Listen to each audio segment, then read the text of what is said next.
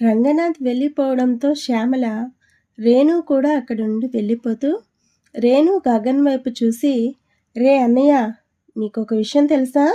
నీకు కాబోయే మీ ఆవిడ చాలా అందంగా ఉంటుంది. నేను చూశాననుకో, నిజంగానే చాలా బాగుంటుంది. మీ ఇద్దరు చూడడానికి మేడ్ ఫర్ ఈచ్ అదర్లా ఉంటారు అని చెప్పి గగన్ను అక్కడి నుండి వెక్కిరిస్తూ వెళ్ళిపోతుంది రేణు.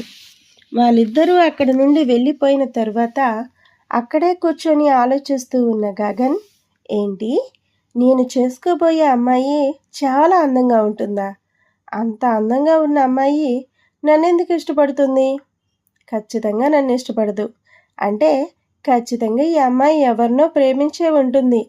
అంటే ఈ పెళ్ళి ఈ అమ్మాయికి కూడా ఇష్టం లేదన్నమాట అని తన మనసులోనే ఆలోచించిన గగన్ ఏదో ఐడియా వచ్చినట్టుగా సంతోషంగా లేచి రెడీ అవుతాడు. రెడీ అయిన గగన్ అద్దంలో తనను తాను చూసుకుంటూ, ఇష్టం లేకపోయినా పెళ్లి చేసుకుంటున్నాను. ఇష్టం లేని పెళ్ళికి నేను ఇంత రెడీ అవ్వడం అవసరమా? అవసరమే.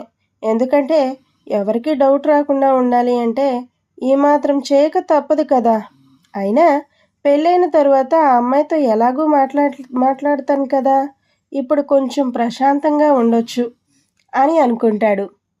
ఇంతకీ గగన్ అసలు పెళ్లి కూతురుతో ఏమని మాట్లాడాలి అనుకుంటున్నాడు? తెలుసుకోవాలి అనుకుంటే ఇప్పుడే మా స్టోరీని వినండి.